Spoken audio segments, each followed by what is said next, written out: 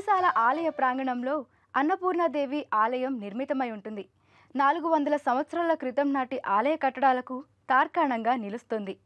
ఎత్తైన ప్రాకారాలు, గోపురం, సింహముఖం గల ధ్వజస్తంభం సందర్శకులను విశేషంగా ఆకర్షిస్తాయి. ఒకప్పుడు శిథిలావస్థకు చేరుకున్న ఈ ఆలయాన్ని 1973లో జీర్ణోద్ధారణ చేశారు.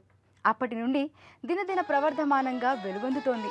విశ్వనాథుని రాణి విశ్వేశ్వరి, కాశీ విశాలాక్షి కామేశ్వరి,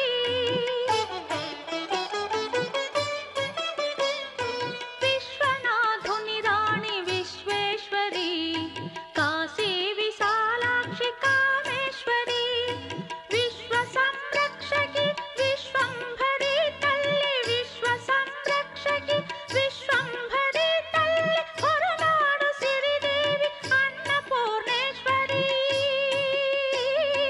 హొరనాడు సిరిదేవి అన్నపూర్ణేశ్వరి. ఈ అమ్మవారు ప్రాచీన కాలం నుండే ఇక్కడ కొలువై ఉందని స్థానికుల కథనం.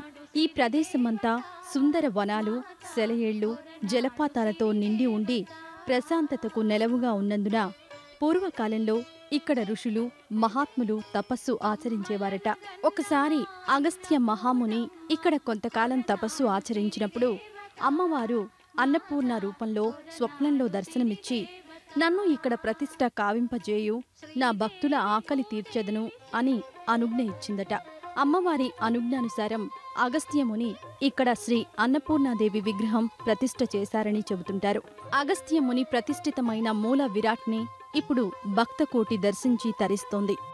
అన్నపూర్ణని చరణములను నిత్యము శరణంటి, శంకరా ప్రియా నీ పాదములను శరణు శరణంటి, అన్నపూర్ణని చరణములను నిత్యము శరణంటి, శంకరా ప్రియా నీ పాదములను శరణు శరణంటి, అన్నపూర్ణని చరణములను నిత్యము శరణంటి.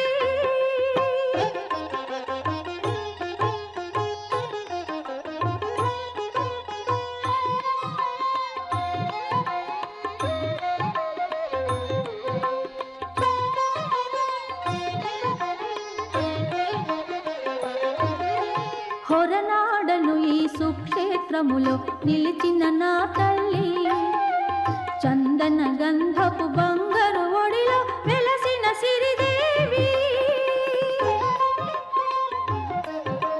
హొరనాడను ఈ సుక్షేత్రములో నిలిచిన నా తల్లి, చందన గంధపు బంగారు ఒడిలో వెలసిన సిరిదేవి, వెండి కొండపై వెన్నెల వీధుల విహరించే మాత, వెండి కొండపై వెన్నెల వీధుల విహరించే మాత, నీ పదముంచిన దివ్య క్షేత్రము మంగళకరమమ్మా, అన్నపూర్ణని చరణములను నిత్యము శరణంటి, నిత్యము శరణంటి.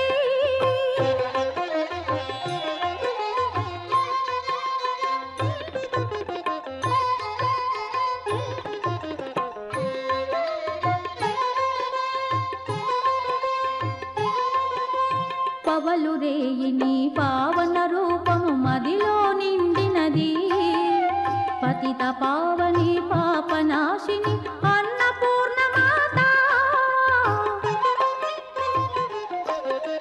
పవలు రేయి నీ పావన రూపము మదిలో నిండినది, పతిత పావని